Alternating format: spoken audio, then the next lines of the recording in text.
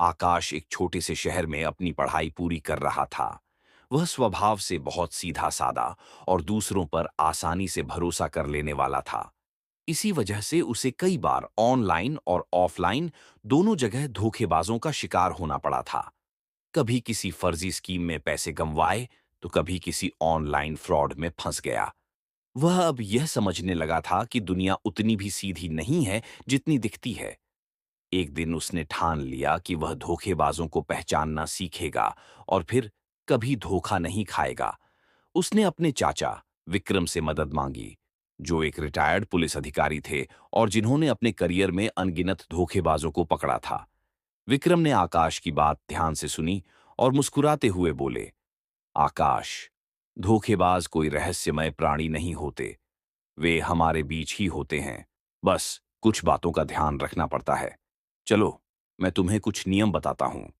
धोखेबाज को पहचानने के कुछ नियम। विक्रम की पाठशाला। विक्रम ने अपनी मेज पर एक खाली नोटबुक रखी और एक-एक करके नियम लिखने शुरू किए। जल्दबाजी और दबाव बनाना, अर्जेंसी एंड प्रेशर। सबसे पहला और सबसे महत्वपूर्ण नियम है जल्दबाजी और दबाव बनाना। विक्रम ने समझाया, धोखेबाज हमेशा तुम्हें जल्दी निर्णय लेने के लिए मजबूर करेंगे। वे कहेंगे, यह ऑफर सिर्फ आज के लिए है, या अगर अभी नहीं किया तो मौका छूट जाएगा। वे तुम्हें सोचने या किसी और से सलाह लेने का समय नहीं देंगे। उनकी चाल होती है कि तुम्हें सोचने का मौका ही न मिले। आकाश को अपनी पिछली घटनाओं को याद आया। एक बार उसे एक गेमिंग ऐप में पैसे लगाने के लिए कहा गया था, जिसमें दावा किया गया था कि अगर उसने तुरंत निवेश नहीं किया तो बहुत बड़ा बोनस हाथ से निकल जाएगा। उसने दूसरा नियम है अवास्तविक लाभ का वादा। विक्रम ने आगे कहा, अगर कोई तुम्हें बहुत कम समय में बहुत ज्यादा मुनाफा देने का वादा करे, तो समझ लो कुछ गड़बड़ है। कोई भी वैध व्यवसाय या निवेश इतनी तेजी से इतना बड़ा लाभ नहीं दे सकता। वे तुम्हें रातों रात अमीर बनने का सपना दिखाएंगे, जो अक्सर एक छलावा होता है। आकाश को याद आया कि कैसे एक ऑनलाइन ट्रेडिंग स्कीम में उसे कुछ ही दिनों में पैसे तिगुने करने का वादा किया गया था। वह उस समय इतना लालची हो गया था कि उसने तर्क वितर्क करना ही छोड़ दिया था। भावनात्मक हेरफेर, इमोशनल मैनिपुलेशन। तीसरा नियम है भावनात्मक हेरफेर। विक्रम ने गंभीरता से कहा, धोखेबाज तुम्हारी भावनाओं का फायदा उठाएंगे। वे तुम्हारी दया, तुम्हारी लालच या तुम्हारे डर का इस्तेमाल करेंगे। वे तुम्हें डराएंगे कि अगर तुमने उनकी बात नहीं मानी तो तुम्हें नुकसान होगा, या वे तुम्हें इतना लुभाएंगे कि तुम सोचने की शक्ति खो दोगे। वे अक्सर खुद को पीड़ित या बहुत सफल व्यक्ति के रूप में प्रस्तुत करते हैं। आकाश को अपने एक ऑनलाइन दोस्त की कहानी याद आई, जिसे एक आदमी ने इमोशनली ब्लैकमेल करके पैसे ऐंठे थे, यह कहकर कि अगर उसने मदद नहीं की तो उसके परिवार पर बहुत बड़ी मुसीबत आ जाएगी। अस्पष्टता और विवरण की कमी, vagueness and lack of detail. चौथा नियम है अस्पष्टता और विवरण की कमी।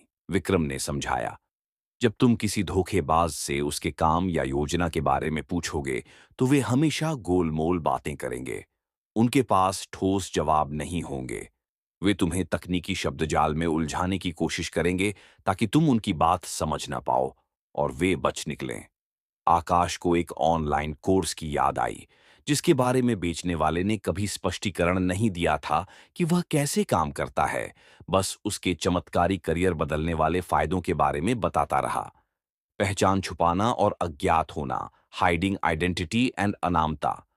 पांचवां नियम है पहचान छुपाना और अज्ञात होना। विक्रम ने बताया, धोखेबाज अक्सर अपनी असली पहचान छुपाने की कोशिश करते हैं। वे तुम्हें फर्जी नाम या पते देंगे।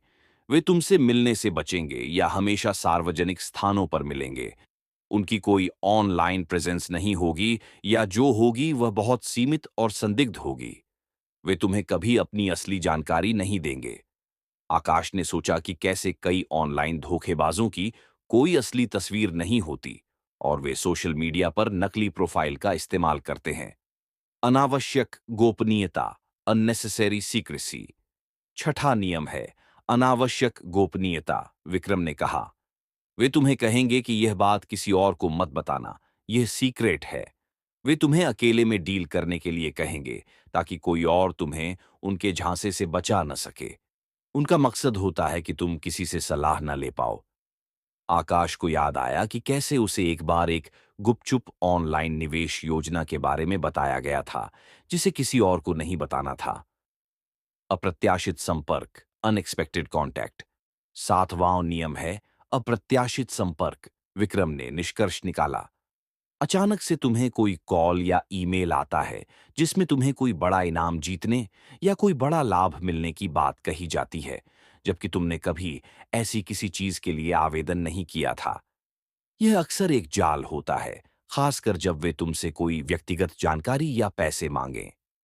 आकाश को कई स्पैम ईमेल याद आए जो उसे लॉटरी जीतने या किसी बड़े बैंक से विरासत मिलने के बारे में आते थे, जिनमें अक्सर उसकी बैंक डिटेल्स मांगी जाती थीं। धोखेबाज से बचने के लिए कुछ और महत्वपूर्ण बातें विक्रम ने नोटबुक बंद की और आकाश की ओर देखा। देखो आकाश, ये तो कुछ सामान्य नियम हैं।